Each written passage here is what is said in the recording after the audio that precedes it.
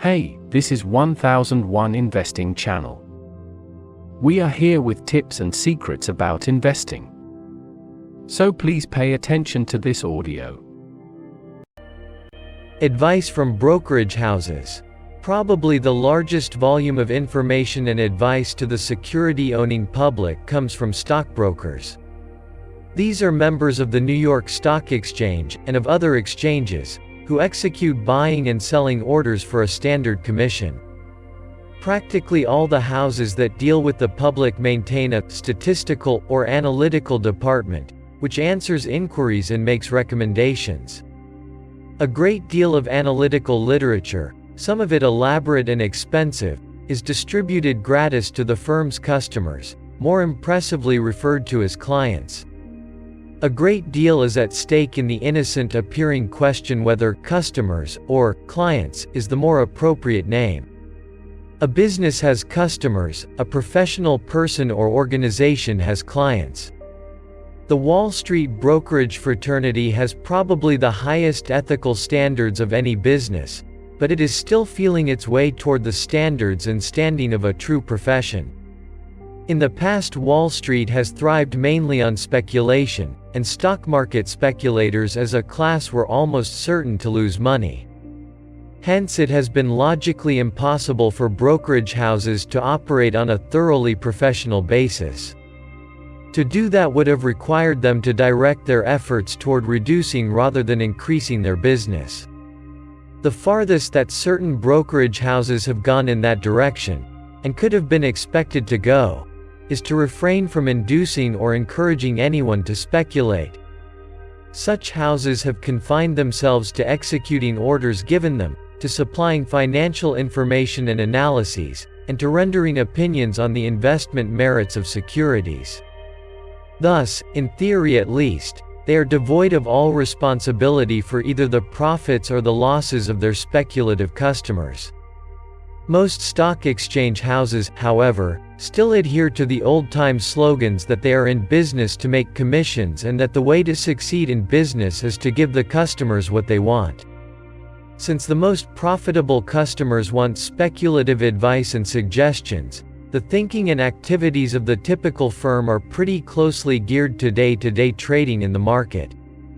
Thus it tries hard to help its customers make money in a field where they are condemned almost by mathematical law to lose in the end. By this we mean that the speculative part of their operations cannot be profitable over the long run for most brokerage house customers. But to the extent that their operations resemble true investing, they may produce investment gains that more than offset the speculative losses. The investor obtains advice and information from stock exchange houses through two types of employees, now known officially as customers brokers, or account executives, and financial analysts. The customer's broker, also called a registered representative, formerly bore the less dignified title of customer's man.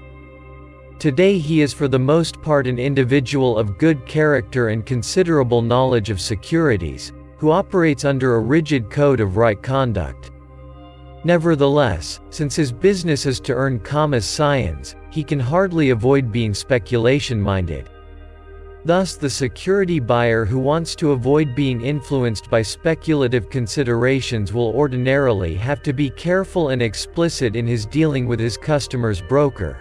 He will have to show clearly, by word and deed, that he is not interested in anything faintly resembling a stock market tip.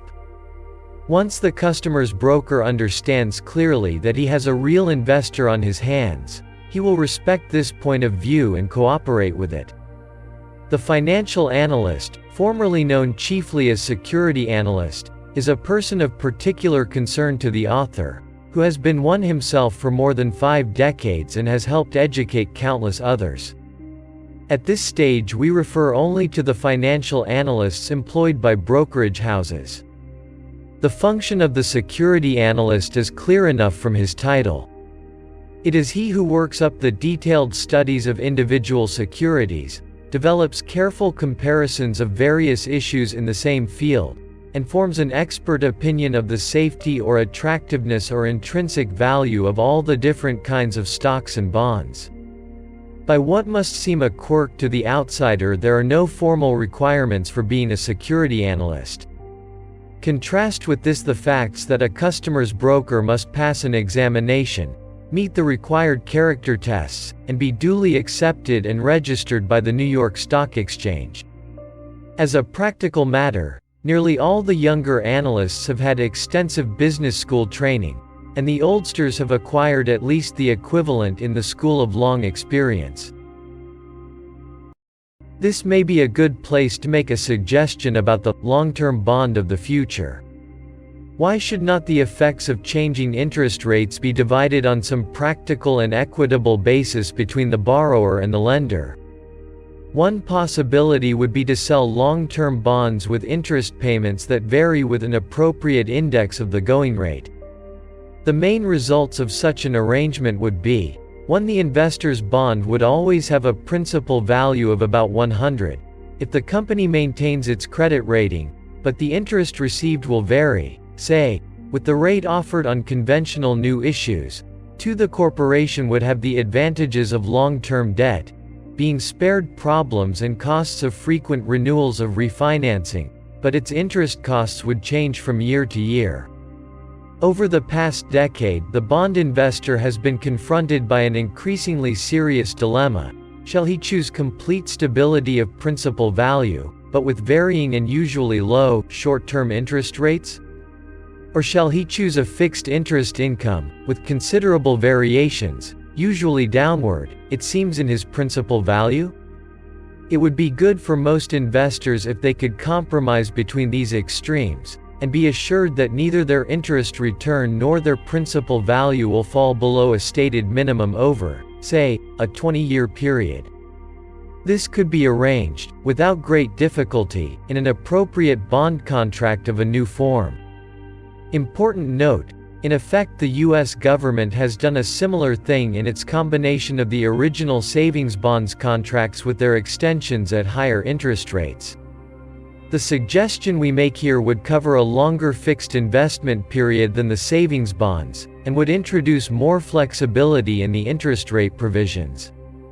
It is hardly worthwhile to talk about non-convertible preferred stocks, since their special tax status makes the safe ones much more desirable holdings by corporations, insurance companies, than by individuals. The poorer quality ones almost always fluctuate over a wide range, percentage-wise, not too differently from common stocks. We can offer no other useful remark about them. The average decline was 17%, against 11.3% for the S&P Composite Index of common stocks.